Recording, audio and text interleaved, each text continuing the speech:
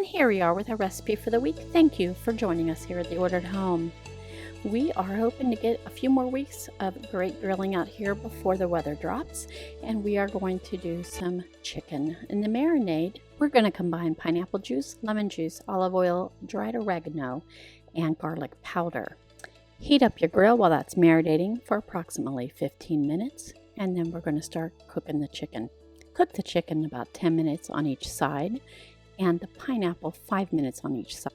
And as you notice here, I am placing the pineapple on the edge where the heat is not as intense as it is on the chicken. This is a great simple recipe that you can pull together any day of the week. Now tonight I have just made some rice and mixed vegetables, and the rice I made with half water and half coconut milk mixture. Adds a nice taste to the rice. You can download a PDF copy of this recipe. I'm going to leave you the link, and make it a great day. See you soon.